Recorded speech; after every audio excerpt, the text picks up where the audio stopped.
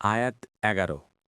أن اعمل سابغات وقدر في السرد واعملوا صالحا إني بما تعملون بصير অনুবাদ: এ নির্দেশ দিয়ে যে আপনি পূর্ণ মাপের বর্ম তৈরি করুন এবং বুননে পরিমাণ রক্ষা করুন, আর তোমরা সৎ কাজ করো।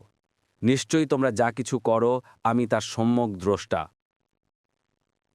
তাফসির 1 নং ফুটনোটের বিবরণ।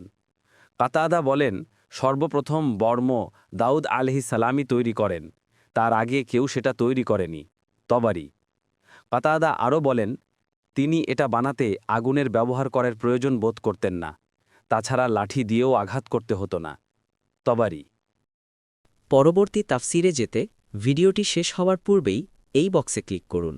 ভয়েস বা উচ্চারণে অনিচ্ছাকৃত ত্রুটি ক্ষমাসুন্দর দৃষ্টিতে দেখবেন ইনশাআল্লাহ।